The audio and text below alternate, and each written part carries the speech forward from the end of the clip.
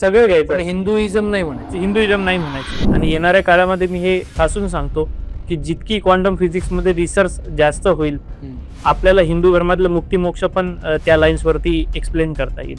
धर्म हा वाचून समजू नाही शकत, अनुभवाशिवाय तू दुसऱ्याला काही सांगू पण नको. देवाच्या नावाने कोणी दुकान चालू करेल, बरोबर. सगळ्यांनी केलंय. पण हिंदू धर्म असा आहे की आज सुद्धा तो बोलतो की साक्षात्कार हे महत्वाचं. आता माझं, मी कोणावर टीका नाही करत दुसऱ्या धर्मावर, पण जे मी हे ठासून बोलू शकतो ते बाकीच्या धर्मातलं कोण नाही बोलू शकत. दुसऱ्याला न्यूनगंड व्हावा स्वतःच्याच कल्चर बद्दल, त्याच्यासाठी हे केलेलं स्टेटमेंट्स आहेत. म्हणजे हिंदूंचं कॉन्स्टिट्यूशन म्हणजे मनुस्मृती. बस अशी अफवा पसरवली जाते, किंवा हिंदुइझम म्हणजेच मनुस्मृती. हे जो नेरेटिव्ह आहे की India is a secular country, नाही, Indian state is a secular. बरोबर स्टेटमेंट बघितलं असेल, शशी थरूर म्हणायला लागले Ramrajya is Gramrajya, this is the whole idea of MNREGA और is Gandhian philosophy, and Gandhian philosophy says Ramrajya is Gramrajya. याच्यामध्ये एक दिसून येतं ना की शशी थरूरला पण महात्मा गांधी हे सिलेक्टिव्ह गोष्टीसाठीच पाहिजे. प्रॉब्लेम काय होतो, लोकांना वाटत नाही मी हिंदू पूजा पाठ करतो बस विषय संपला. जर तुम्ही कन्झर्वेशन ही टर्म नाही समजून घेतली, कल्चरल कन्झर्वेशन, मला नाही वाटत की हिंदू सिव्हिलायझेशन टिकेल.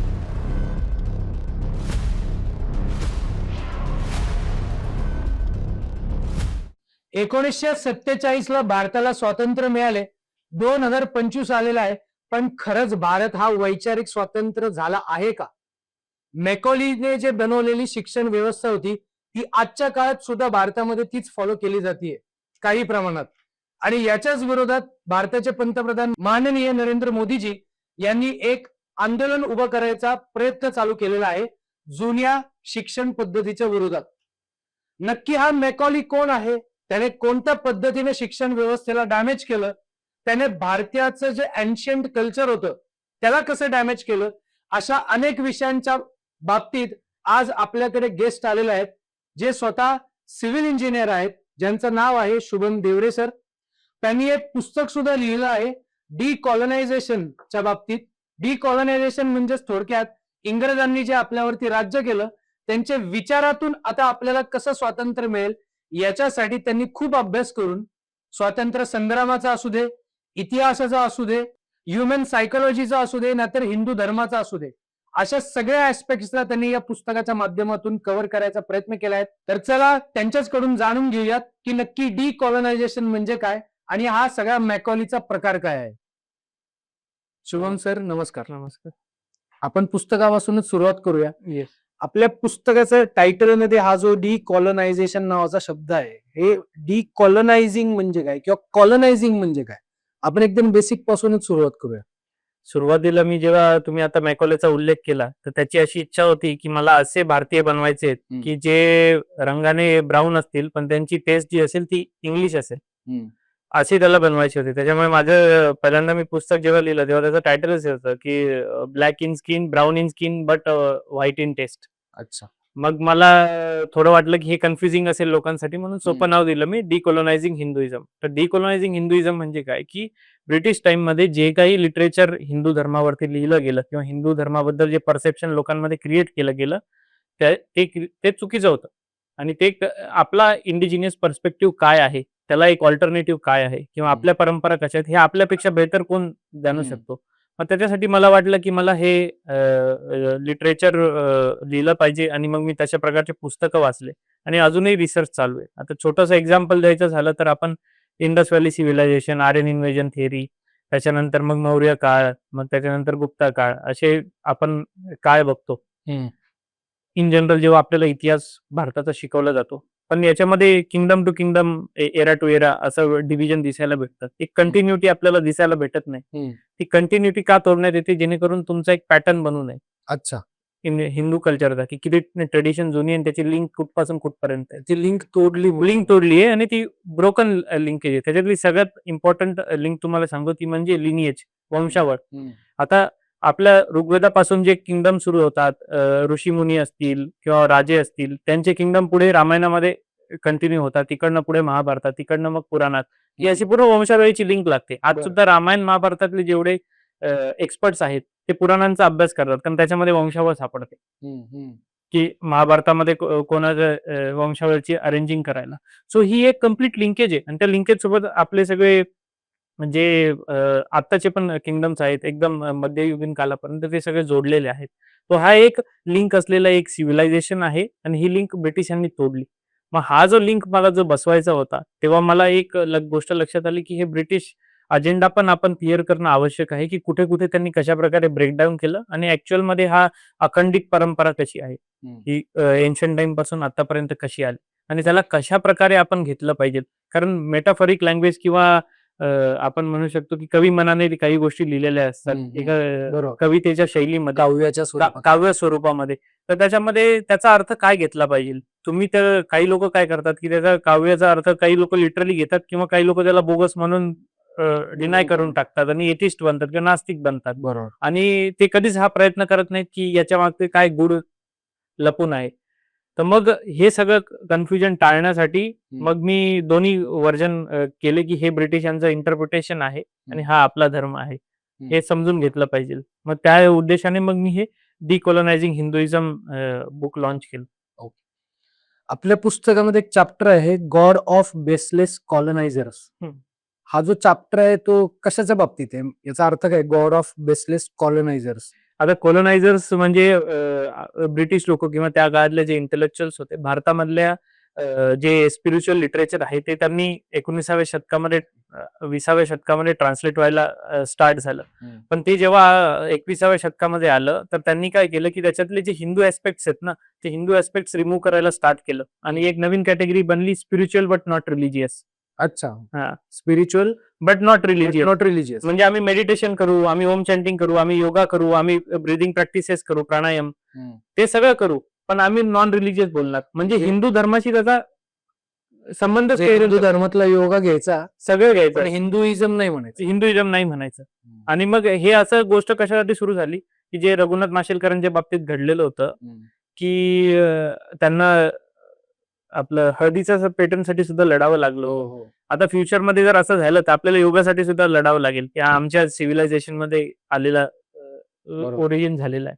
आणि याच्यामुळे फक्त आपलं नुकसान नाहीये. इव्हन जे लोकं प्रॅक्टिस करतात, ज्याच्यामधून गॉडचे सगळे जे मेटाफॉरिकल ॲस्पेक्ट्स आहेत, की कृष्णाच्या पण किंवा गणपतीचं आपण जसं वर्णन करतो, की मोठे कान काय सिम्बॉलाइज करतात, सोंग कशाला सिम्बॉलाइज करते, छोटे डोळे कशाला सिम्बॉलाइज करतात.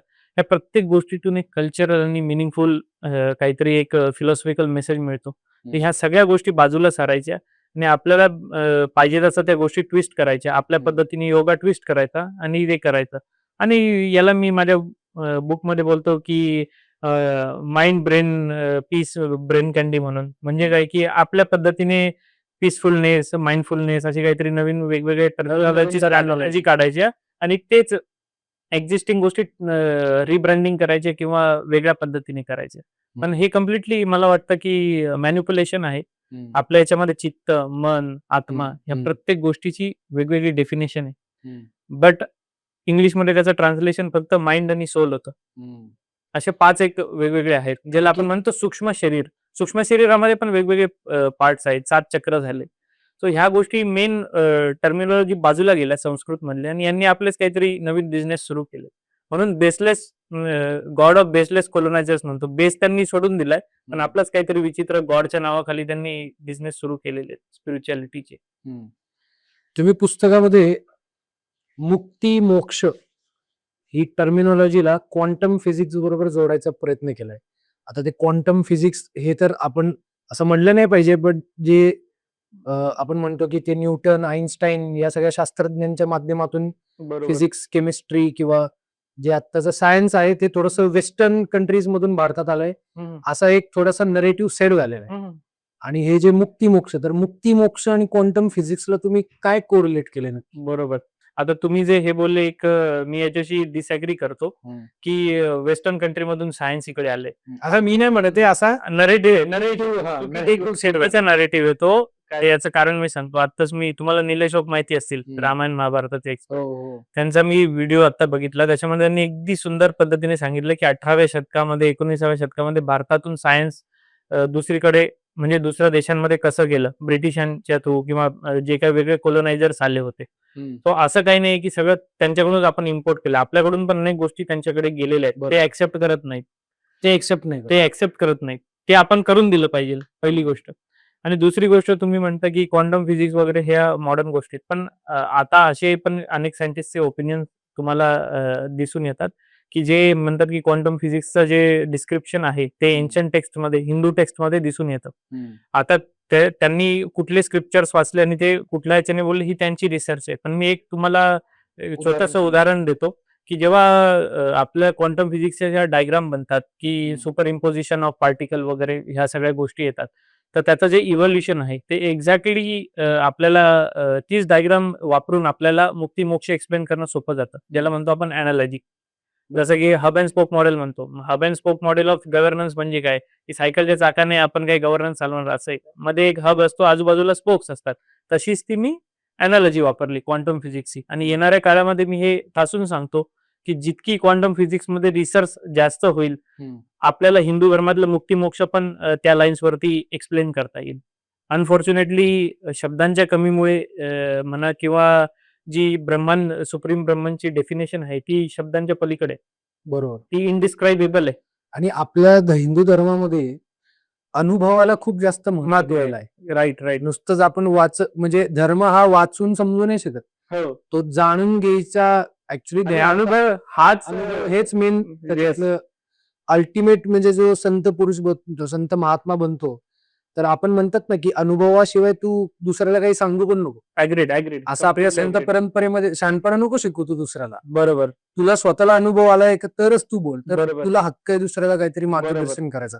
पूर्ण अनुभवाचा खेळ आहे. आणि अनुभवामध्ये कसं आहे की देवाच्या नावाने कोणी दुकान चालू करेल, बरोबर. सगळ्यांनी केलंय. पण हिंदू धर्म असा आहे की आज सुद्धा तो बोलतो की साक्षात्कार हे महत्वाचं आहे. आज सुद्धा तुम्हाला अनेक लोक भेटतील की आमच्या धर्मामध्ये ह्या व्यक्तीला साक्षात्कार झालाय किंवा स्वप्नात देव आलाय किंवा काही त्याचे सायंटिफिक टर्म्स आहेत सगळ्या गोष्टी एक्सप्लेन करण्यासाठी. परंतु साक्षात्काराला खूप जास्त महत्व आहे, अनुभवाला महत्व आहे की त्याने ते चराचरातला ईश्वर एक्सपिरियन्स केलाय की नाही. ते आता मी कोणावर टीका नाही करत दुसऱ्या धर्मावर, पण जे मी हे ठासून बोलू शकतो ते बाकीच्या धर्मातलं कोण नाही बोलू शकत की हा बाबा आज याने देवाला एक्सपिरियन्स बाकीच्या धर्मांमध्ये साक्षात्कार नावाची कॉन्सेप्टच नाही. तिथं असं आहे की हे जे आम्ही सांगितले हे फक्त करायचं. बरोबर. ते म्हणजे एम्प्लॉई असतं ना, मालक सांगतो आणि जो एम्प्लॉई असतो त्याने फक्त ऐकायचं. आणि त्याने प्रश्न जर विचारला एम्प्लॉयरला, तर मग तो एम्प्लॉयर म्हणणार की तू धर्माच्या विरोधात काम केलंस. बरोबर. आणि तुला संपवणार आता आम्ही. अशी फिलॉसॉफी दुसरीकडे सगळी चालते. आणि हिंदू धर्माचं हेच फीचर आहे. तुम्ही हा चांगला मुद्दा उचलला की डिस्कशनला खूप जास्त महत्व आहे. Debate discussion. आणि ते डिबेट डिस्कशनचे पण रूल्स वरती बुक्स लिहिलेले आहेत की या हे पॅरामीटर्स तुम्ही अचीव केले पाहिजे तर तुमचं डिबेट ती फ्रुटफुल मानली जाईल. तुम्ही काहीतरी फालतू काहीतरी आर्ग्युमेंट घेऊन येणार आणि वेड्यासारखे काहीतरी बोलणार, त्याला काही अर्थ नाही. तुम्ही ते पॅरामीटर्स केले पाहिजे सॅटिस्फाय. तर इतकं हे डिटेलमध्ये डिबेटसाठी पण रूल्स रेग्युलेशन्स आहे. तो डेमोक्रेसीचं जे ओरिजिन आहे ना भारतात, ते हे इथूनच डिस्कशन डिबेटच आहे. एक ती चाणक्यची सिरियल तुम्ही कदाचित बघितली असेल दूरदर्शनवरती, किंवा अशी जुनी चाणक्यची सिरियल लागायची. त्याच्यामध्ये ते हेच दाखवले ना की चाणक्य म्हणजे त्यांच्या पूर्वीच्या काळामध्ये, म्हणजे सुरुवाती तरुण वयामध्ये, कौटिल्याच्या तरुण वयामध्ये ते अशा काही स्पर्धांमध्ये पार्टिसिपेट करायचे की जिथं सगळे विद्वान लोक यायचे आणि जे डिबेट करायचे. बरोबर. म्हणजे राष्ट्रातल्या, आपण थोडक्यात आजच्या भाषेत म्हणतो ना, मॅक्रो लेवलचे issues, macro economic policies, policy reforms, अशा विषयांना घेऊन राज्य पातळीवरती डिस्कशन डिबेट व्हायचे तेव्हाच्या काळात. एनिवेज थोडासा त्याच्याच रिलेटेड एक कनेक्टिंग विचारतो. हे एवढ्या एन्शियंट काळामध्ये डिस्कशन डिबेट व्हायचे, आपला धर्म इतका जास्त सायंटिफिक होता. मग या नक्की मॅकॉलीने असं कसं काय क्लेम केलं की, मी मध्ये एक आर्टिकल वाचलं होतं की अख्ख्या भारतामध्ये जेवढं नॉलेज आहे, अख्ख्या भारतात, असं एखाद्या शहरात नाही, अख्ख्या भारताच्या संस्कृतीमध्ये जेवढं नॉलेज आहे त्याच्यापेक्षा जास्त नॉलेज त्या ब्रिटनच्या एका लायब्ररीमध्ये सुद्धा त्याच्यापेक्षा जास्त नॉलेज आहे, असं त्या मॅकॉलीने टिप्पणी केली होती भारतीय संस्कृतीच्या बाबतीत किंवा भारतीय एन्शियंट नॉलेजच्या बाबतीत. बरोबर. आणि मग त्याने सांगितलं की म्हणजे आपलं सगळं फालतू आहे आणि जे काय चांगलं आहे ते सगळं त्यांचं आहे. बरोबर. तर ते नक्की काय आणि त्याने कसं आपल्या संस्कृतीला किंवा एज्युकेशन सिस्टीमला हॅम्पर केलं, त्याचा थोडासा उलगडा करा. आता हे तुम्ही जे स्टेटमेंट दिलं ना, हे काय आहे की इन्फिरियरिटी कॉम्प्लेक्स क्रिएट करण्यासाठी, दुसऱ्याला न्यूनगंड व्हावा स्वतःच्याच कल्चर बद्दल, त्याच्यासाठी हे केलेले स्टेटमेंट्स आहेत. असेच इन्फिरियरिटी कॉम्प्लेक्स क्रिएट करण्यासाठी dogs and Indians are not allowed. तिकडच्या पब्स मध्ये, रेस्टॉरंट्स मध्ये, क्लब्स मध्ये, हे असं ब्रिटन मधल्या अशा प्रकारच्या गोष्टी होत्या. रेशियल डिस्क्रिमिनेशन करण्यात आलं, किंवा आपण असं म्हणू शकतो की जो शिकला त्याने जर इंग्लिश कल्चर ऍक्सेप्ट नाही केलं तर मग शिकून तो अडाणी, अशा प्रकारचे स्टेटमेंट द्यायला लागली. आणि त्याच्यानंतर जो लोकल भाषेमध्ये बोलेल, मराठी असेल किंवा इतर भाषेत असेल तो गावठी, इंग्लिशमध्ये बोलेल तो मॉडर्न. तर जसं जसं लोकांचा इकॉनॉमिक स्टेटस वाढत गेला, लोकांनी त्याच्यासोबत आपलं कल्चर पण सोडायला सुरुवात केली. आणि हा पॅटर्न आजही फॅशन झाली इकॉनॉमिक स्टेटस वाढल्यामुळे. आणि हीच गोष्ट आज पण होते. धोत्रात बघितलेल्या व्यक्तीबद्दल लोकांच्या मनात काय विचार येणार, आज सुद्धा आहे. त्याला गावठी म्हणणार किंवा त्याला अशिक्षित अडाणी, काहीतरी समजणार, जाईल, काय काय काय काय काय हा. वापरणार. तर हे पॅटर्न आज पण येतो. मग हे कसं झालं की मॅकॉलेच्या नंतर 1835 नंतर ज्या भारतीय भाषांमधला जी फंडिंग केली जायची शिकवण्यासाठी, त्या डिस्करेज करण्यात आल्या. ओके, पूर्णपणे इंग्लिशच इंग्लिशच शिकायची. भले त्याला ज्ञानाशी काही संबंध नाहीये, फक्त तुम्हाला एक लँग्वेज आली म्हणजे तुम्ही ज्ञानी, आणि तुमच्या कंटेंट किती आहे ते काही महत्वाचं नाही. कंटेंट महत्वाचं. आता रिसेंटली मी एअरपोर्टला गेलो होतो. असंच तेव्हा बघितलं मी की माझ्याबरोबर काही लोक होते, ते त्या बॅगेजच्या काउंटरला त्यांनी काही सामान दिलं आणि त्या समोरच्या व्यक्तींशी इंग्लिशमध्ये बोलत होते. आणि मग त्यांचं कॉन्व्हर्सेशन चालू होतं, मी बघितलं. आणि त्याच्यानंतर मग आम्ही फ्लाईटमध्ये एकत्र बसलो. आणि त्याच्यानंतर मग मी काहीतरी मराठीत बोलत होतो, तो बाजूचा माणूस लगेच मला म्हणतोय मराठीमध्ये बोलायला लागला माझ्याशी. मी त्याला विचारलं, तू तिथे इंग्लिशमध्ये का बोलत होता? तो रिसेप्शनिस्ट व्यक्ती पण मराठी होता, तू पण मराठी आहे, मग तुम्ही इंग्लिशमध्ये का बोलताय? मग तो म्हणला, नाही अरे मला त्या एअरपोर्टला आले की सवय झाली. तर ही जी सवय झाली आहे ना, हाच मेकॉलीचा अजेंडा आहे. मॅकॉलेचा अजेंडा आहे. आणि काय होतं, आणि जे अजूनही संपलेलं नाही. अजूनही संपलेलं आहे. हा पॅटर्न तर बनवलाच आहे. आता आपण हा एक पॅटर्न बघितला असेल की ज्योतिषशास्त्र, ऍस्ट्रॉनॉमी, आयुर्वेदा खूप काळापर्यंत, आता तशी परिस्थिती नाही, आता दिवस बदललेत बऱ्यापैकी, पण याला एक स्टिरियोटाईप किंवा अंधश्रद्धा म्हणून प्रोजेक्ट केलं जायचं. म्हणजे आपलं हिंदू धर्माचं ऍस्ट्रॉनॉमी बद्दल इतकं जास्त कॉन्ट्रीब्युशन आहे, जगाला आपण इन्स्पायर केलं एन्शियंट टाइम्स मध्ये. इव्हन वार जे आहेत, कोणते कुठे असतील त्यांची स्पीड सुद्धा त्या स्पीड्स नुसारच सोमवार, मंगळवार ही जी काय म्हणतात एक रचना झालेली आहे ना, की ह्या वारानंतर हा, तर हे सुद्धा हिंदू धर्माचाच कॉन्ट्रीब्युशन आहे एन्शियंट भारतामध्ये. तर ह्या सगळ्या गोष्टीबद्दल स्टिरियोटाईप पसरवण्यात आले. आता दातून काय म्हणतात त्याला, ते दात घासायला वापरतात, दंत म्हणजे नाही दातून असते ना ते, ती काडी, तर तिला आउटडेटेड म्हणायचे ना, आता तीच काडी नॅचरल टूथब्रश म्हणून युएसए मध्ये विकली जाते. तर हे अशा गोष्टी तयार झाल्या. आणि यांनी काय केलं की जे आपलं तुम्ही म्हटले की यांनी एज्युकेशन कसं डिस्करेज केलं, तर आपल्याकडे काही असे मोठे मोठे जमीनदार होते जे ह्या स्कूल्सला डिसेंट्रलाइज पद्धतीने फंडिंग करायचे, की आमच्या गावामध्ये शाळा असेल तर त्या शाळेला आम्ही इकडनं फंडिंग करू आमच्या पैशातून. मग त्यांच्या ज्या लँड्स होत्या त्या रयतवारी सिस्टम किंवा परमनंट सेटलमेंटच्या थ्रू कॅप्चर करायच्या. मंदिरांना अटॅच ज्या स्कूल्स होत्या, ट्रेडिशनल गुरुकुल स्कूल्स म्हणू शकतो, त्या मंदिरांवरती एन्डोमेंट ऍक्ट लावायचे आणि त्यांची फंडिंग आपल्या कंट्रोलमध्ये घ्यायची. तर मग ह्या गोष्टी सगळ्या सुरू झाल्या आणि त्यांची फंडिंग थांबून हे ट्रेडिशनल स्कूल पूर्णपणे बंद करण्यात आले. हे खूप प्लॅन करून त्यांनी ह्या सगळ्या गोष्टी मॅकॉलेच्या नंतर घडवून आणल्या. 1835च्या आधी बघाल तर तुम्हाला ह्या सगळ्या गोष्टी बघायला भेटतील, म्हणजे ब्रिटिश रेकॉर्ड्स मध्ये पण आहेत. आता हे मॅकॉलीचं जे सगळं आहे ते 1835 नंतर आहे. 1835च्या आधी एन्शियंट भारतामध्ये नक्की काय सिस्टीम होती? तसं एन्शियंट भारताचं बघायला गेलं तर याच्याबद्दल कुठलंही दुमत नाही की वैदिक काळामध्ये सगळ्या वर्णांना शिक्षणाचं प्रमोशन केलं जायचं. पण आता एवढं एन्शियंट मध्ये गेलं तर एक्झॅक्टली आपण स्टेट वाईज किंवा डिस्ट्रिक्ट वाईज एरिया आपण भारताचा सर्वे देऊ नाही शकत. परंतु तुम्हाला एक जबरदस्त उदाहरण देतो. एक पुस्तक आहे ब्युटिफुल ट्री बाय धरमपाल. त्याच्यामध्ये ब्रिटिश रेकॉर्ड दिलेत की 1835च्या आधी वेगवेगळ्या ब्रिटिश प्रोव्हिन्समध्ये, म्हणजे भारतातल्या प्रोव्हिन्सेसमध्ये गावागावामध्ये कशा शाळा चालायच्या. त्याच्यामध्ये महिला आणि पुरुष म्हणजे मुलं आणि मुली दोघेही त्या शाळेत जायचे आणि सगळ्या जातीचे लोक जायचे. मग त्याच्यामध्ये मॅथमॅटिक्स असेल, अंकगणित त्याच्यामध्ये झालं, मेजरमेंट झालं, आयुर्वेदा झालं, किंवा जे वैश्य कम्युनिटी मधले लोक आहेत त्यांना करण्यासाठी मग ट्रेन करण्यासाठी त्याला म्हणतात बही खाता, ते आज पण चालतं बही खाता. मग ते कसं मेंटेन करायचं, स्टॉक्स कसे मेंटेन, मराठीमध्ये वही म्हणतो ते बही खाता. तर ह्या सगळ्या गोष्टी त्यांना शिकवल्या जायच्या. आणि याचे रेकॉर्ड्स प्रत्येक प्रोव्हिन्स मध्ये कुठल्या कास्ट मधले कुठले कुठले मुलं आणि मुली या शाळांमध्ये शिकतात याचे रेकॉर्ड त्या बुकमध्ये दिलेले आहेत. अच्छा. म्हणजे आपण असं म्हणूच शकत नाही, कारण एक आहे ना भारतामध्ये एक किंवा आपल्या महाराष्ट्रामध्ये एक नरेटिव्ह चालवलं जातो की ब्राह्मणांनी ब्राह्मणेतरांना शिक्षणाचा अधिकार ठेवला नाही किंवा ब्राह्मणेतरांना वंचित ठेवलं. मग हे रेकॉर्ड कुठून आले? म्हणजे मला एक रेकॉर्ड्स 1-2 सेकंडसाठी बाजूला ठेवूया. जे आपल्याकडे प्रोफेशन्स येतात ब्राह्मणेतरांमध्ये, सोनार झालं, सुतार झालं, लोहार झालं. हे वेगवेगळ्या प्रोफेशनमध्ये मेजरमेंट, अंकगणित हे तर मॅटर करतच. विदाउट दॅट तुम्ही काय Practice करू करू शकत शकत नाही. नाही. एवढे मोठे मंदिरं बांधले, आर्किटेक्चर लागतं. तर मग त्याचं शिक्षण कुठून आलं? मग हेच शिक्षणामधून आलं.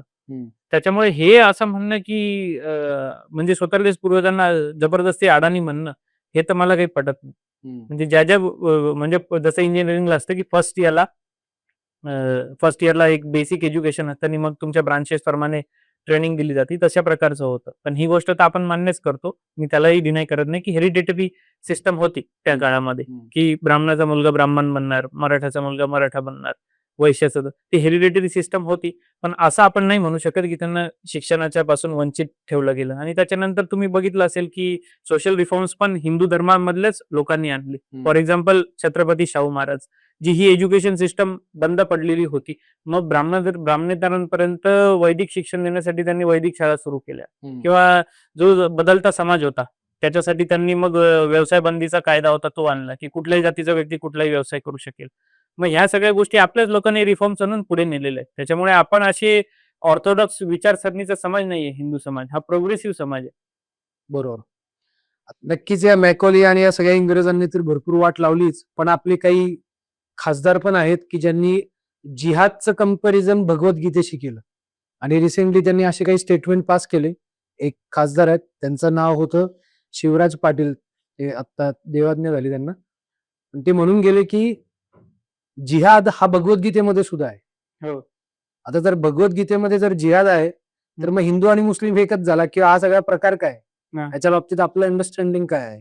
बरोबर. तर हा प्रश्न असा आहे ना, की तुम्हालाही माहिती आहे, की जे महाभारतामध्ये जे युद्ध झालं त्याचा इम्पॅक्ट काय होता, की लोकांची मॉरल व्हॅल्यू सिस्टम पडली होती. आणि ती खाली पडलेली मॉरल व्हॅल्यू सिस्टम खालचे थराचे जेव्हा विचार होतात आणि त्याला पॉवरचा सपोर्ट मिळतो, तेव्हा हे जे लोक सुधारणारे नसतात, ते लोक पॉवरचा शील्ड घेतात, ती आपली चुकीची व्हॅल्यू सिस्टम प्रोटेक्ट करण्यासाठी किंवा प्रमोट करण्यासाठी.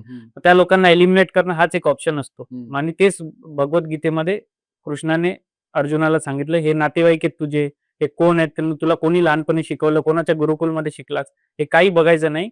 हे अधर्मी लोक आहेत आणि यांचा तुला नाश करायचा आहे. आणि हा एवढाच होता, कारण क्षत्रियावरती रिस्पॉन्सिबिलिटी असते धर्माचं रक्षण करण्याची. तर ते क्षत्रिय होते, तर त्याच्यामुळे तो त्यांचा हे होता. आणि जिहाद आणि कुराणचं कसं आहे, की त्याच्यामध्ये हे कॅटेगरीज नाहीये, की जसं आपल्यामध्ये वर्णव्यवस्था किंवा हे जे सोसायटीचं कॅटेगरायझेशन, ते एक्झॅक्ट कॅटेगरायझेशन सोसायटीचं याच्यामध्ये नाहीये. तर कॅटेगरी आहेत. दोनच कॅटेगरी, मुस्लिम आणि आणि काफिर.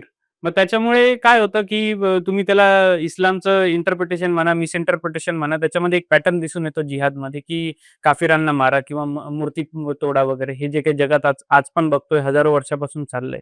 इंटरप्रिटेशन, मिसइंटरप्रिटेशन जे तुम्ही काही म्हणा, त्याचा हा एक पॅटर्न दिसून येतो ॲज अ हिंदू म्हणून आम्हाला. त्याच्यामध्ये काय इस्लामचा किती रोल आहे, नाही रोल आहे, ते नंतरचं डिस्कशन आहे. पण जे आम्हाला दिसलं त्याच्याबद्दल बोलतो. तर मग हा पॅटर्न आणि हिंदू धर्माचा पॅटर्न हा कम्प्लिटली डिफरंट आहे.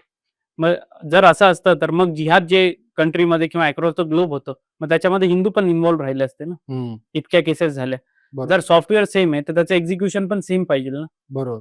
जर आमचे सॉफ्टवेअर सेम आहे तर त्याचं डिस्प्लेवरती पण सेम गोष्टी दिसल्या पाहिजे. मग का कल्चरली किंवा सोशल बिहेवियरमध्ये हिंदू आणि मुस्लिम वेगवेगळे दिसतात? तरी पण हे माहीत असताना सुद्धा शिवराज पाटील सारखी लोक हे असे स्टेटमेंट्स का देतात? तर याला सायकोलॉजिकल टर्म्समध्ये बोलतात ड्रॉइंग फॉल्स पॅरलल्स. मग फॉल्स पॅरलल्स म्हणजे काय असतं, की ज्या गोष्टी सिमिलर नाहीयेत, एकदम डिसिमिलर आहेत, त्याला सुद्धा एकदम एका लेवलला आणायचं आणि असोसिएट करायचं. मग हा पॅटर्न आधीपासून चाललेला आहे. 26/11 पाकिस्तानमधून हमला झाला, नाव टाकलं की RSS की साजिश. काहीतरी ते पुस्तक होतं ना, एक पुस्तक प्रकाशन. हा, RSS की साजिश. बरोबर. मध्ये कुठला तरी आतंकवादी हमला झाला उरीचा, मग त्याचं नाव टाकलं की इलेक्शन होतंय, म्हणून इव्हन आता पण दिल्ली बॉम्बस्फोट झाले की बिहार इलेक्शन बिहार election. त्याच्यावरती नाव टाकायचं. आणि आता रिसेंटली आपण बघितलं ऑस्ट्रेलियामध्ये पण अटॅक झाला ते तिथे नाशिकचं इलेक्शन म्हणून आहे. नाशिकचं इलेक्शन म्हणून पाहिलेलं मला हा तर मग असाच एक पॅटर्न आहे. तर जसं तालिबान तिकडे पॉवर मध्ये आलं, इकडचा कोण तो कलाकार, माझ्या मते तो जावेद अख्तर असावा, त्यांनी सांगितलं की Taliban is like RSS, false parallel बनवले त्याने. लगेच तालिबान, जसं ज्या दिवशी तालिबानने अफगाणिस्तान कॅप्चर केला, सगळी लोक अफगाणिस्तान मधून पळत होती, कारण बरोबर. त्यांना शरिया बिअरेबल नव्हता, ते सहन करू शकत नव्हते. अक्षरशः की ब्युटी पार्लरचे जे महिलांचे फोटो लावले, तिकडचे मुस्लिम लोकच पळत होते. हा ते पोडून टाकले का, आता मूर्ती पूजा हराम आहे म्हणून, की ते एक पण फोटो बाईचा दिसला नाही पाहिजे. मग ह्या सगळ्या गोष्टी गेल्या तिथे, आणि ह्या सगळ्या मुस्लिम सोसायटीकडचं दर्शन होऊ नये आणि भारताला अवेअर राहू नये. मग याच्यासाठी काय करण्यात आलं की हे सगळे लेफ्टिस्ट मीडिया मधले लोक आली आणि यांनी एक नरेटिव्ह चालवला, डिसमेंटलिंग ग्लोबल हिंदुत्व. हा त्याच वेळेस कसा काय आला? मग त्याच्यातलाच हा एक शिवराज पाटीलचं हे स्टेटमेंट आहे की भगवद्गीताला जिहाद सोबत कम्पेअर करायचं. आणि मग काही वेळेस असं सांगितलं जातं की शरिया म्हणजे शरियाचा जसा लॉ येतो की कुराण आणि शरिया, तसंच भगवद्गीता आणि मनुस्मृती पण आहे. मनुस्मृतीला एक कॉन्स्टिट्यूशन, अशी अफवा पसरवली जाते. म्हणजे हिंदूंचं कॉन्स्टिट्यूशन म्हणजे मनुस्मृती, बस अशी अफवा पसरवली जाते, किंवा हिंदुइझम म्हणजेच मनुस्मृती. म्हणजे अच्छा लिमिट केलं. हा त्याचं हिंदू धर्म म्हणजे मनुस्मृती म्हणजे हा मनुवाद, कुठली हिंदू प्रॅक्टिस म्हणजे मनुस्मृती. मग हे असे फॉल्स पॅरल क्रिएट केले जातात, जेणेकरून जो मेन इश्यू आणि याचा इतिहास एवढा आहे ऍक्च्युली मनुस्मृतीचं कसं आहे की 2200 वर्षापूर्वी ती लिहिली गेली, आणि त्याच्यासोबत ती काय फक्त एकच स्मृती लिहिली गेली नाही, अशा अनेक स्मृती म्हणजे काय? स्मृती म्हणजे जे मेमोराईज गोष्टी होत्या, वर्षानुवर्ष चालत आलेल्या काही परंपरा, किंवा जर ऑथरला काही त्याच्यामध्ये ऍडिशन करायचं असेल, ह्या दोघांचं मिक्सचर, या दोघांचं मिक्सचर करून ते कोडिफिकेशन केलेलं म्हणजे ती स्मृती. कोडिफिकेशन म्हणजे कोडिफिकेशन म्हणजे फॉर्मलायझेशन. लिहायचं मला सुचलं ते मी लिहिलं. चालत आलेल्या काही परंपरा, एक्झिस्टिंग परंपरा, आणि मला जर त्याच्यामध्ये काही रिफॉर्मेटिव्ह माझ्याकडून काही टाकायचं असेल, ऍडिशन टाकायचं असेल, मी असं म्हणत नाही की ही सगळी पुस्तकं परफेक्ट आहे आणि आज फॉलो केली पाहिजे. अनेक चुकीच्या गोष्टी सुद्धा आहेत त्याच्यामध्ये, ज्याला आपण आउटडेटेड म्हणू शकतो. आणि आता हिंदू धर्म हा नेहमी रिफॉर्म्स साठी पॉझिटिव्हच आहे, की जे चुकीचं आहे किंवा जे जुनं आहे त्याला जोराल आहे, आणि नवीन जो काळ आहे त्याच्यानुसार नवीन गोष्टी आत्मसात करा. मी हिंदू अजून बोलतो ही गोष्ट, तुम्ही ती मान्य करता, मी मान्य करतो. रिफॉर्म्सला हिंदू धर्मामध्ये जागा आहे, आणि क्रिटिसिझम ऐकून घेण्याची परीक्षा आमच्यामध्येच आहे. कारण की क्रिटिसिझम ऐकलं तर डिबेट होईल, तर डिस्कशन होईल. बरोबर. आणि शेवटी आपण मनुष्य म्हणून जेव्हा जन्माला येतो, आपण जसे जन्माला आलो तसे मरत नाही. बरोबर. आपण स्टेजेस एव्हरी डे आपण चेंज होतो. बरोबर. आपली फिजिकल बॉडी पण चेंज होते, आपलं माइंड पण चेंज होतं, तसा समाज पण चेंज होतो, विचार चेंज होतात. समाजाचा पण एक आत्मा असतो, तो बरोबर. त्यामुळे रिफॉर्म्स हे आपलं आपण म्हणूया की मूलभूत एकदम बेसिक गोष्ट आहे आपल्या याच्या. बरोबर. Coming back to the point, तशा मनुस्मृती सारखे यज्ञवाल्क्य स्मृती, विष्णू स्मृती, अशा अनेक स्मृती लिहिल्या गेलेल्या आहेत. आता ह्या स्मृतीचा किती रोल होता, तर ह्या रेफरन्ससाठी वापरल्या जायच्या की लॉ साठी, पण त्या एन्फोर्स नव्हत्या की प्रत्येक कुठलंही किंगडम आलं की तेच होईल असं काही नाही. किंगडमचे वेगळे लॉज, जातीच्या वेगवेगळ्या पंचायती असायच्या. मराठीमध्ये एक शब्द आहे पाचामुखी परमेश्वर, म्हणजे काय? पाचामुखी परमेश्वर म्हणजे 5 जातीचे टॉप लीडर. अच्छा. मग ते जे सांगतील तो ईश्वराचा शब्द, जे जजमेंट देतील, की म्हणजे डिसेंट्रलाइज न्याय व्यवस्था. बरोबर. की जातीची दात पंचायत असणार, नंतर गावाची पंचायत असणार, सभा समिती, ह्या वैदिक काळापासून चालत आलेलं आहे की न्याय निवाडा करण्यासाठी, काही इकॉनॉमिक इश्यूज झाले त्याच्यासाठी. नंतर देशाचे म्हणजे लोकल लॉज आणि कस्टमरीज असणार, आणि याच्या व्यतिरिक्त मग ह्या स्मृती असणार. असे अनेक प्रकारच्या लॉज अँड रेग्युलेशन होतं. आता तुम्हाला ब्रिटिश काळातले 2 एक्झाम्पल देतो की हे जे न्याय निवाडा केला जायचा गावाच्या लेवलला, याला डिस्करेज करण्यासाठी काय केलं की ब्रिटिशांनी लॉ ऍक्ट केलं. तुम्हाला माहिती असेल की अनलॉफुल गॅदरिंग, याच्या अगेन्स्ट लॉ आहे. अनलॉफुल गॅदरिंग बोललं की तुम्हाला जुना कायदा आहे, तुम्हाला एकत्र येतात नाही. मग हे न्याय निवाडा करायला भारतीय लोक जेव्हा एकत्र यायचे त्याच्या गावाला, मग त्याला अनलॉफुल गॅदरिंग म्हणून केलं, आणि त्या गोष्टी डिस्करेज करायला स्टार्ट केली ब्रिटिशांनी. आणि त्याच्यामुळे काय झालं की हे ट्रेडिशनल पद्धती होत्या न्याय निवाडा करण्याच्या, लोकांच्या गावाच्या लेवलला मॅटर सुलटवायचे, त्या सगळ्या एलिमिनेट झाल्या, आणि मग आपली न्याय व्यवस्था पॅरलल त्यांनी उभी केली. त्यांनी ब्रिटिशांची व्यवस्था आणि न्याय मागण्यासाठी थोडक्यात ब्रिटिश माणसाकडे जावं लागलं. ब्रिटिश माणसाकडे जावं लागणार. आत्ताचे जे भारतीय आहेत 1947च्या आधीचे सगळे जजेस हे बरोबर. ब्रिटिशच असायचे. हो. तर मग आता याच्यामध्ये कसं झालं, की अख्ख्या भारतामध्ये प्रत्येकाचे वेगवेगळे कस्टमरी लॉ आणि ह्या सगळ्या गोष्टी होत्या. मग हे one nation one law, one religion one law हा कॉन्सेप्ट आहे ना अब्राहमिक रिलिजन्स मध्ये दिसून येतो. ख्रिश्चॅनिटी, इस्लाममध्ये. ख्रिश्चॅनिटीमध्ये बायबल अँड 10 कमांडमेंट्स. जुडाइझममध्ये ओल्ड बायबल अँड तोरा. इस्लाममध्ये कुराण आणि शरिया. मग तसंच यांनी सेट करायला सुरुवात केली, की भगवद्गीता आणि मनुस्मृती. मग ती मनुस्मृतीचं म्हणजे कोडिफिकेशन जेव्हा केलं गेलं हिंदू लॉ म्हणून काय कशाला म्हणणार, तर मग ही वॉरन हेस्टिंग्सने आणलेली गोष्ट आहे. म्हणून वॉरन हेस्टिंग्स 1772 मध्ये, की मनुस्मृती हे हिंदूंचं लॉ प्रायमरी लॉ बुक असणार.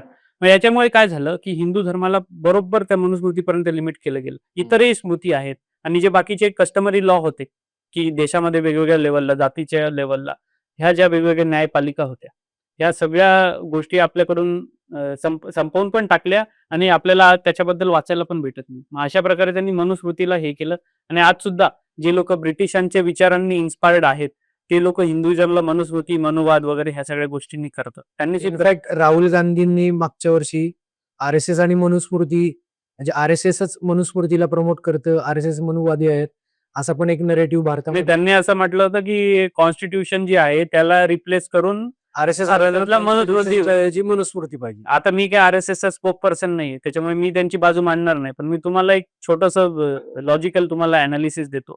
आपल्या भारताच्या संविधानामध्ये तुम्ही पण स्वतः लॉयर आहेत.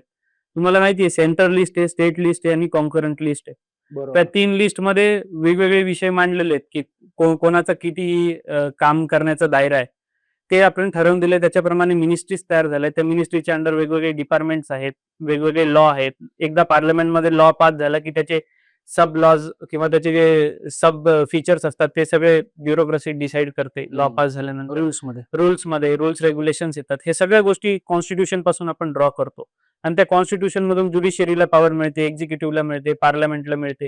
या सगळ्या गोष्टी संविधानात डिटेलमध्ये लिहिल्या गेलेल्या आहेत.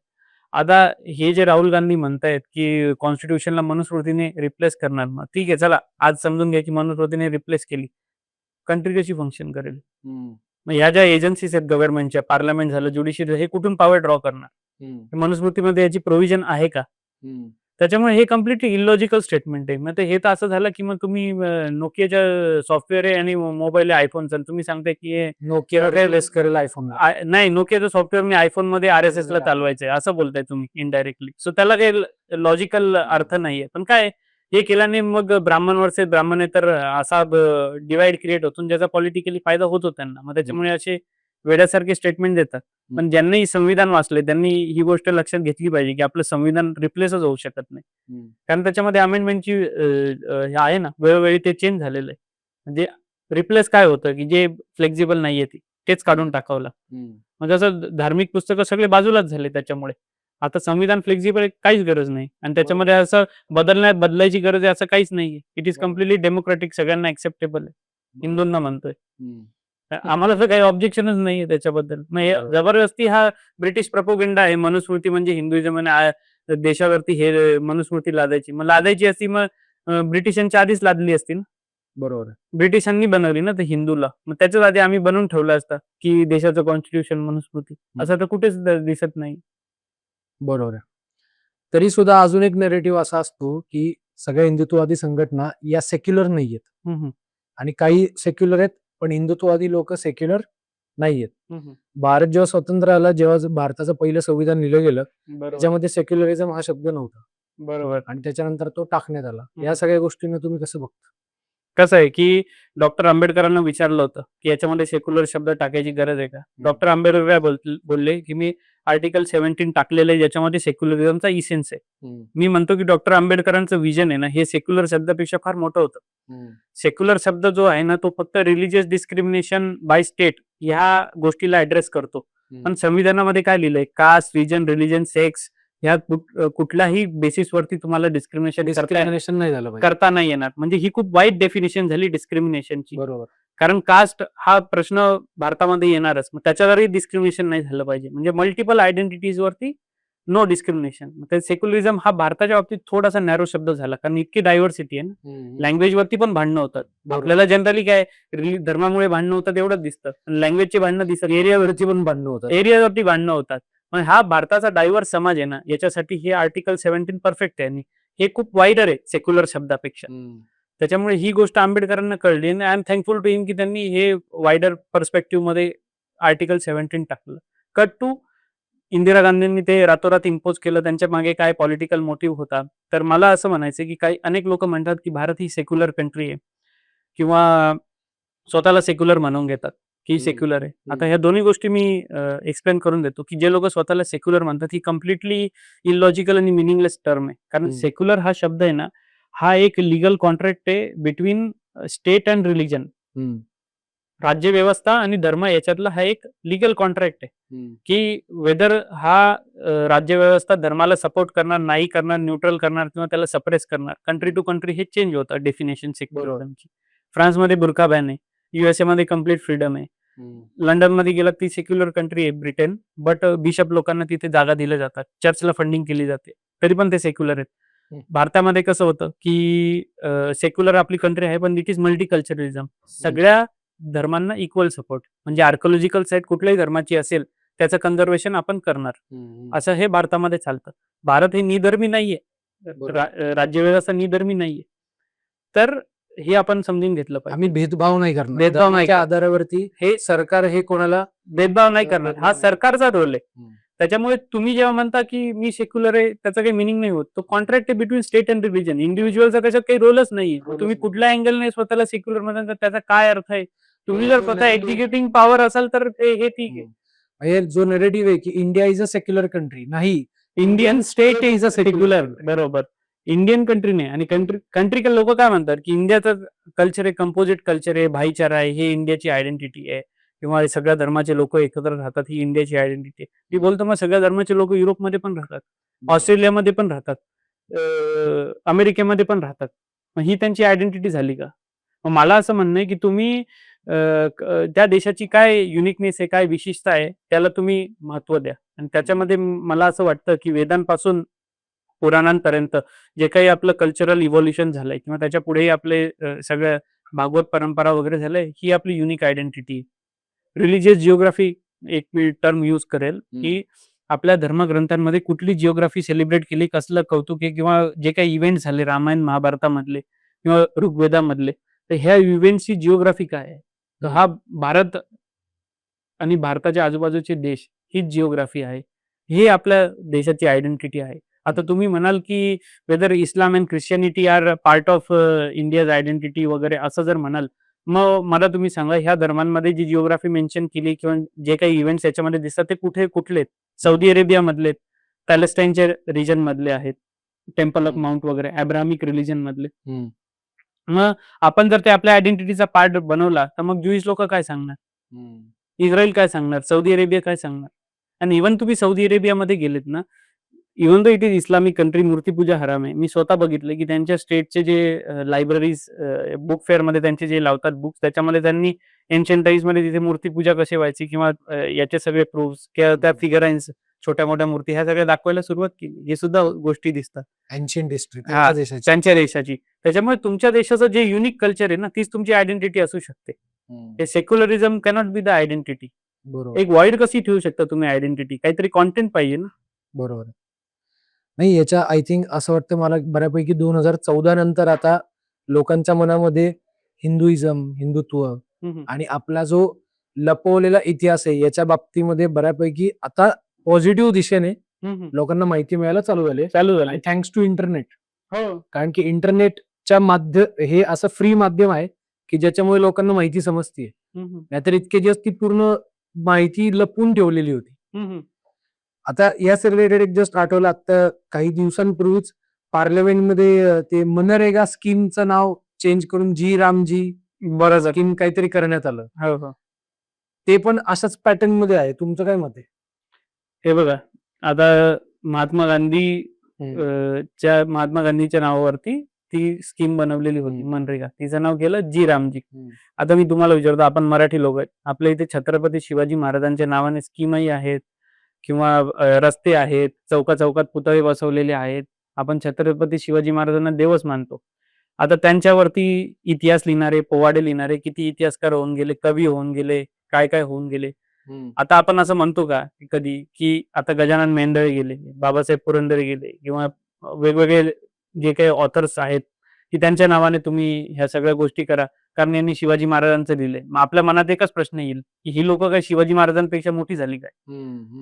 येणार की नाही सगळ्यांच्या मनात? माझ्याही मनात येणार, तुमच्याही मनात येणार, कारण आपल्यासाठी शिवाजी महाराज सुप्रीम आहे. बरोबर. कौतुक करा तुम्ही, पण भक्ताच्या ठिकाणी, देवाच्या ठिकाणी, ॲज सिम्पल एज दॅट.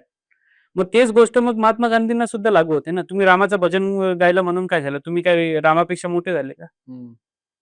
जर महात्मा गांधी रामाचं भजन गातात, त्याला विरोध करण्याचं कारणच नाही रामाचं नाव दिलं तर. त्यांच्याच देवाचं नाव दिलं. As simple as that. आणि रामाचं कसं आहे, की तुम्हाला मी सांगतो, इव्हन गांधीजींचे शेवटचे शब्द पण हे राम. हे राम होते. मग त्या कोणाच्या पोटात दुखण्याचं कारणच नाही.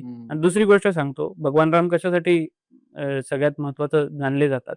ही 4 आपले फेजेस आहेत लाईफ मधले, की ब्रह्मचर्य, नंतर त्याच्यानंतर संसारात पडल्यानंतर, मग त्याच्यानंतर आपलं वर्णाश्रम हे वानप्रस्थामध्ये पडल्यानंतर, नंतर शेवटी शरीरामध्ये ते संन्यास घेतात. असे 4 जे आपले वर्णाश्रम धर्माप्रमाणे बोलतो, याचं योग्य आचरण योग्य वयात त्यांनी केलेलं आहे. याचा एक आदर्श एक्झाम्पल म्हणजे भगवान श्रीराम. परंतु महात्मा गांधींचं बघितलं तर महात्मा गांधींनी इतकी चुकीच्या ठिकाणी सेलिबसी किंवा साधुत्व ते म्हणतात एक्सपेरिमेंट्स ऑफ ट्रुथ मध्ये स्वतः, की ते कशा प्रकारे घरात कुठल्या अवस्थेमध्ये स्त्रियांसोबत राहत होते, ते तुम्ही माय एक्सपेरिमेंट ऑफ ट्रुथ मध्ये वाचून घ्या. सेलिबसी ही सेलिबसीच्याच ठिकाणी, संन्यासाच्याच ठिकाणी आणि टाइम वेळेस ती योग्य वाटते. तुम्ही कुठेही प्रॅक्टिस कराल तर त्याला अर्थ नाहीये. जर तुम्हाला हे 4 वर्णाश्रम धर्म समजून घ्या, रामाला फॉलो करा, नॉट गांधी. जेव्हा रिटायरमेंटचा फेज होता गांधींचं स्वातंत्र्य मिळाल्यानंतर, तेव्हा प्रो पाकिस्तान स्टँड घेतलं. मग जेव्हा संन्यास येते तेव्हा संन्यास घ्यावा, नाही तर मग प्रॉब्लेम्स क्रिएट होतात. बरोबर. आणि तुम्ही स्टेटमेंट बघितलं असेल, शशी थरूर म्हणायला लागले की Ramrajya is Gramrajya. Ramrajya is Gramrajya. This is the whole idea of मनरेगा or is a Gandhian philosophy, and Gandhian philosophy says Ramrajya is Gram Rajya. I would like to tell Shashi Tharoor that why are you speaking half truth? Mahatma Gandhi's vision of Ram Rajya was never a purely political program. It was a socio-economic blueprint rooted in the empowerment of villages, and his unwavering faith in Gram Swaraj was part of his vision of Ram Rajya. So the original act, by bearing his name, acknowledge this profound connection that true employment guarantee and upliftment must flow from the grassroots, embodying his principle of the last man first. To remove the name Mahatma Gandhi is to strip the bill of its moral compass and its historical legitimacy, and then to have 2 languages in the title, just to make the acronym J. Ramji, is not just a violation of Article 348 as pointed out in the previous discussion, but it also reminds me of a song, of a lyric from my childhood, sir. मेरे बचपन में ये गाते थे, देखो ये दीवानो ये काम मत करो, राम का नाम बदनाम मत करो. And in this particular case, it's a real... Yes, it is true that Gandhi said Ram Rajya is Gram Rajya, but he said that only Gram Rajya is the way to rule the country. He denied parliament, he denied central government, he denied state government, even the constitution. The idea of governance was a decentralized government, that is Gram Rajya only. He didn't believe in any of the higher agencies like parliament or something like that. So it was like anarchical state. That is the similarity between Marxism and Gandhianism, anarchy kind of state. So I would like to let you know that Mahatma Gandhi tried to rebrand his anarchy as a Ram Rajya. Similarly, you tried to rebrand Mahatma Gandhi's Gram Rajya as a political kind of system. And one more thing I would like to let you know that even Mahatma Gandhi said that how country will be run by the Gram Rajya level, means at Gram Panchayat level. It will be it will follow the caste system, existing caste system with no industrialization. The parliament in which you are sitting, even that was not acceptable. The mic through which you are speaking in parliament, even that byproduct of industrialization was not acceptable to Mahatma Gandhi. Do you think that in 21st century such thoughts will lead India?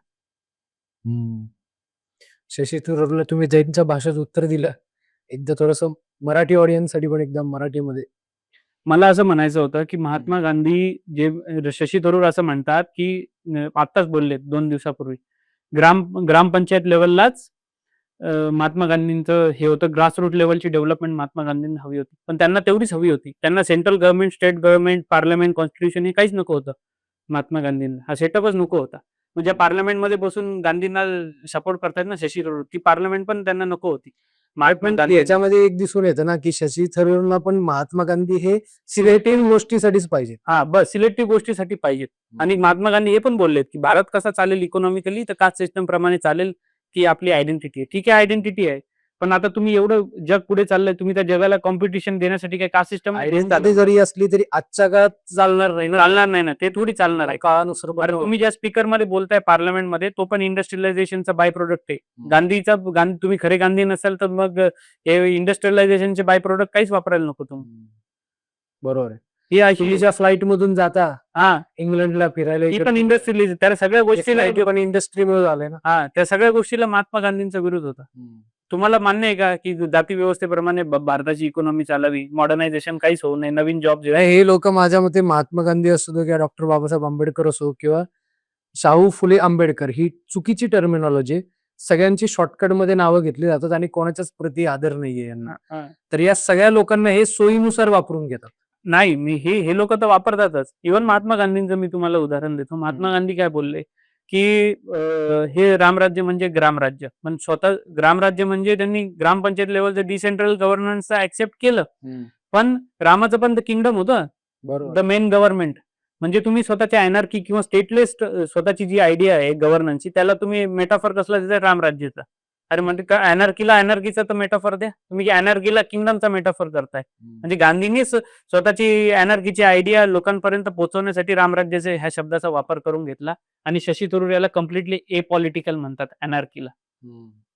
ही अॅनार्कीच आहे. तुम्ही याला रिब्रँड करताय रामराज्य ए political. त्यांचा speech बघा पार्लमेंटमध्ये. हे कमी आहे. हे फक्त आवडलं जातो की Shashi Tharoor is very well versed with all the facts आणि फार इतिहासाचे तज्ञ आहेत. हे नाहीये. हे असं असेल तर मग तुम्ही अशी स्टेटमेंट देणारच नाही. कॉन्ट्रोव्हर्सीवरनं आठवलं, रिसेंटली हेच अनार्की करणारे जे लोक आहेत, गोंधळ माजवणारे आणि अराजकता माजवणारे लोक आहेत, यांनी नाशिकमध्ये पण एक कॉन्ट्रोव्हर्सी करायचा प्रयत्न केला.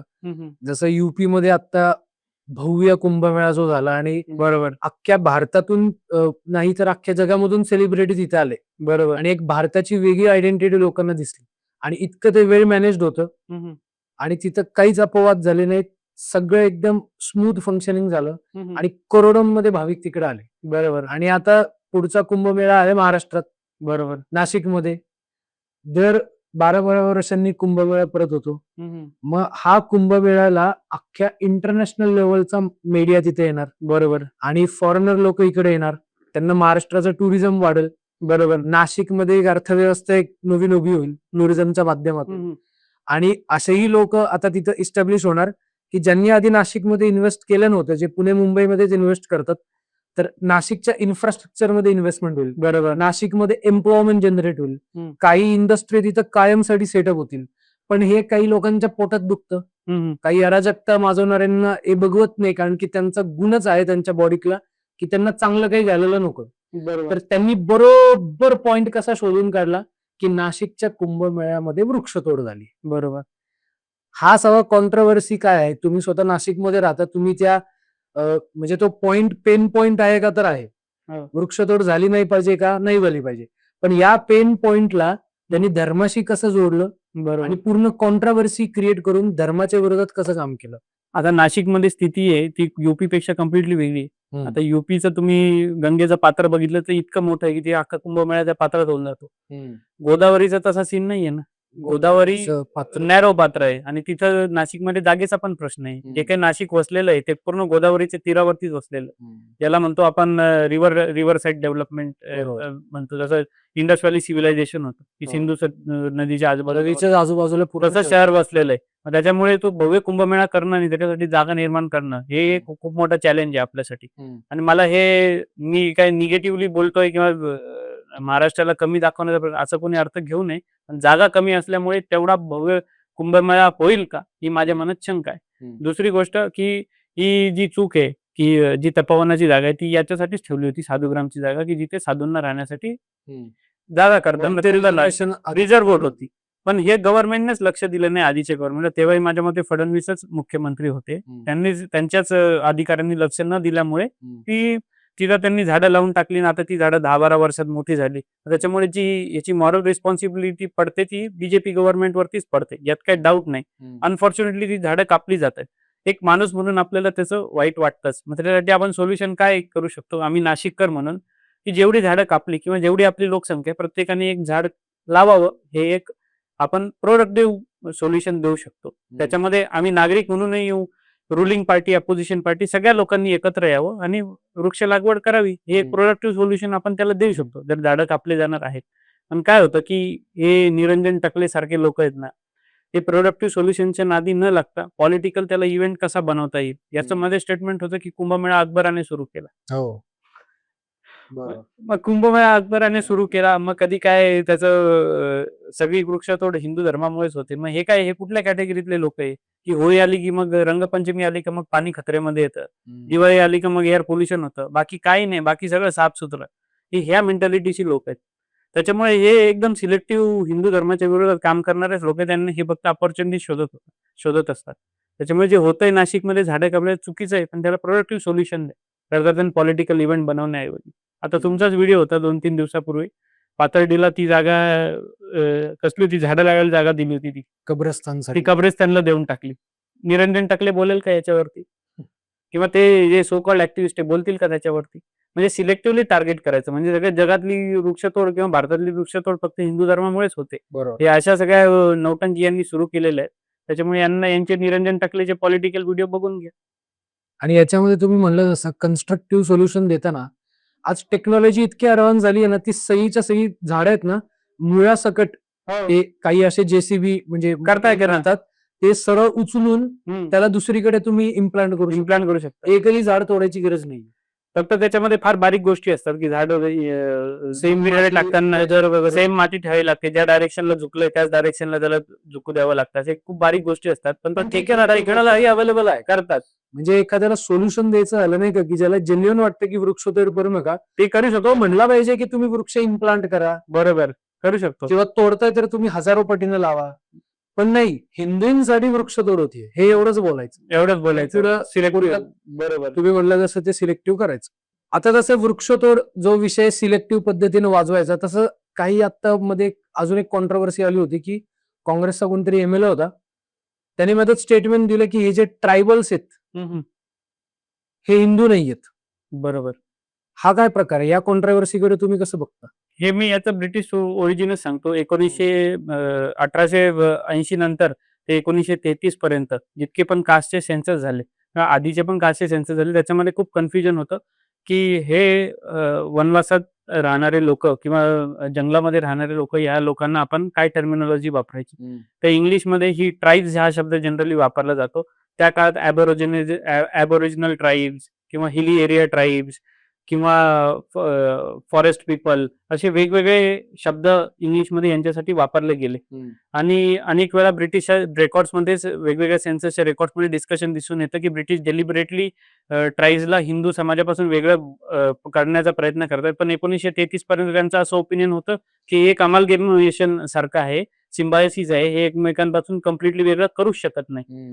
त्याच्यामुळे याच्यामध्ये एक स्ट्रेट डिमार्केशन लाईन क्रिएट करणं की हे ट्राईब येतात हे हिंदू आहेत, डिवाइड करायचा प्रयत्न हे पॉसिबल नाहीये. हे ब्रिटिश स्वतःच ऍक्सेप्ट करतात आणि त्याच्यामुळे हे यांना आपण वेगळं समजू शकत नाही. रामायण महाभारतामध्ये पण वेगवेगळ्या आपल्या वनवासातल्या लोकांचा उल्लेख दिसून येतो.